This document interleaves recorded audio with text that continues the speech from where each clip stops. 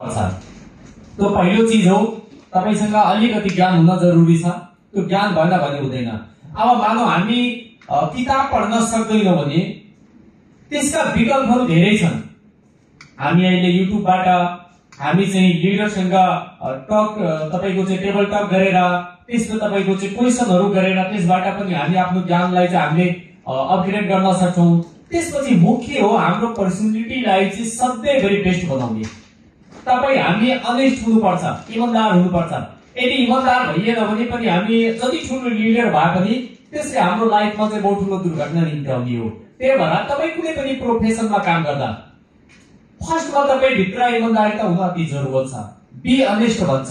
त्यो चीज हामीले यहाँबाट सिक्ने हो। त्यसको साथसाथमा हाम्रो व्यक्तित्व विकासलाई सधैँभरि हामी उच्च राख्ने हो। किनकि संसारमा तपाईले चाहिँ तपाईसँग मानौ धेरै पैसा भयो भने केही दिन तपाईले चाहिँ मान्छे मान सम्मान गर्छ, तर तपाईको व्यक्तित्व विकास राम्रो भयो भने सधैँभरि तपाईले मान्छे मान सम्मान गर्छ। त्यही भएर हामी डिएक्सन सिस्टममा आइसकेपछि हामीले आफ्नो पर्सनालिटी डेभलपमेन्टलाई चाहिँ सबैभन्दा पहिला प्राथमिकता दिने हो।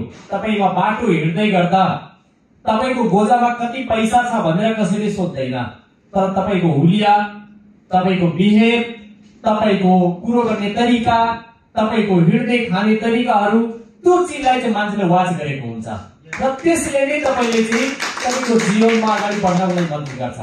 सो डिएक्सन सिस्टममा हामी आफूलाई जब एउटा लिडरको चाहिँ हामी रूप दिन्छौं, हामी आफूलाई एउटा एज अ लिडर चाहिँ रियलाइज गर्छौं भने हामी भित्र यी सबै कुरोहरू चाहिँ परिवर्तन हुन अति जरुरत छ। जस्तै अहिले यहाँ धेरै साथीहरु हुनुहुन्छ, तपाईहरुको आफ्नो कारण होला मलाई थाहा छैन, तपाईहरु एटलिस्ट एउटा कोट चाहिँ लाउनु पर्ने हुन्छ।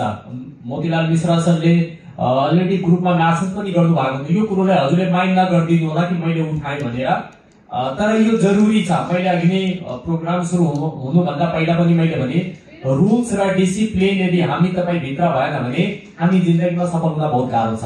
हामी आफ्नो बच्चालाई किन हामी संस्कार सिकाउँछौं, किन हामी बच्चालाई चाहिँ रुल्स को बारेमा भन्छौं, मम्मीलाई मम्मी भन्ने, बुवालाई बुवा भन्ने, अंकललाई अंकल भन्ने, यो हामीले सिकाउने चीज होइन। भने किन सिकाउँछौं? किनकि यसको आदत पर्न जरुरत छ। सो हामी अब यहाँ धेरै साथीहरु यस्तो हुनुहुन्छ जो मलाई लाग्छ 2-4 चोटी लिडरशिप प्रोग्राम एटेन्ड गरिसक्नु भएको छ। त्यस बावजुद पनि हामीले एउटा कोट लाउन सक्दैनौं, हामीले टाई लाउन सक्दैनौं, हामीले आफूलाई अलिकति राम्रोसँग मेन्टेन गर्न सक्दैनौं र बाहिर हामी गएर म डिएक्सनको एउटा इन्टरनेशनल बिजनेस म्यान हुँ भनेर भन्नु भनेको चाहिँ मान्छे हेर्दा हाँसो लाग्छ। त्यही भएर त्यो किसिमको हामी हुनु भएन। ठिक छ, आफ्नो प्रब्लम होला, म बुझ्छु, हामी सबैको केही न केही समस्या छ, तर फर्स्ट प्रायोरिटी हामीले कहाँ दिने हो त्यो चिजलाई चाहिँ हामीले एकदम तपाईको चाहिँ केयर गर्नु अति जरुरत छ। किनकि संसारले तपाईको पहिनावालाई हेर्छ, संसारले तपाईको बिहेभलाई हेर्छ, संसारले तपाईको देखावटी रूपलाई हेर्छ, तपाईको भित्री चीज चाहिँ के छ त्यो चीजलाई चाहिँ कसैले मेन्सन गर्दैन। सो यो चीजलाई चाहिँ हामीले ध्यान दियौं। त्यसपछि हाम्रो समयको जुन कुरो छ, अहिले जुन किसिमको समयको गति तीव्र रूपमा बढ्दै गइराखेको छ, कसैले यसको कुरो पनि उठाउनु भयो भ्यालु अफ टाइम भनेर, त्यो समयको महत्व हामीले दिन जरुरत छ। अहिले हामी यहाँ स्टार रुबी डायमन्ड साथीहरु छौं, धेरै चीजको नलेज तपाईहरुसँग होला नहोला छुट्टै कुरो छ। आज डिएक्सनको यात्रा मिश्रा सरको 10 वर्ष भन्दा बढी भयो, मेरो आफ्नै अहिले लगभग 9 वर्ष भन्दा बढी चाहिँ हुन गइरहेछ। यो 9-10 वर्ष भित्र हामीले जुन किसिमका चीजहरु डिएक्सनबाट सिकेका छौं, सायद सही समयमा डिएक्सन सिस्टमलाई हामीले विश्वास गरेर चाहिँ सुरुवात नगरेको भए आज जुन किसिमको समयको गति बढ्दै गइराखेको छ, हामी आफ्नो लाइफमा धेरै भ्याग हुन्थ्यौं। त्यही भएर अहिले पनि जुन डाइरेक्ट सेभिङ सिस्टमको इम्प्याक्ट आउने 5 वर्षपछि हुने हो, त्यसको रिजल्ट जुन किसिमको हरेक व्यक्तिको जीवनमा जुन देखिने हो, त्यो चीजलाई चाहिँ अहिले र आज चाहिँ हामीले रियलाइज गर्न अति जरुरत छ। आज हामी तपाईँ धेरै लक्की छौं। खाना खाएर चाहिँ हामी आफ्नो पैसा, आफ्नो खानाको पैसा आफै तिरेर हामी यसरी चाहिँ सिक्न पाउनु भनेको यो हाम्रो लागि फ्री अफ कस्ट भन्नुपर्छ। Free of cost. यसमा तपाईको 1 रुपैयाँ पनि कतै नजायज रूपमा गइराखेको छैन। यसको उदाहरण म तपाईहरुलाई दिन्छु। 2022 को कुरो हो, मोतीलाल सर पनि हुनुहुन्थ्यो। उहाँ त एउटा प्रोग्राम मात्र लिन जानुभयो समयको कारणले गर्दा। म 1 महिनामा 50,000 नेपाली तिरेर 2 घण्टाको प्रोग्राम लिन गएको मान्छे हो। विश्वास गर्नुहुन्छ? सिकाइ र जीवनलाई राम्रो बनाउनको लागि कति मूल्य चुकाउनु पर्छ हामीले।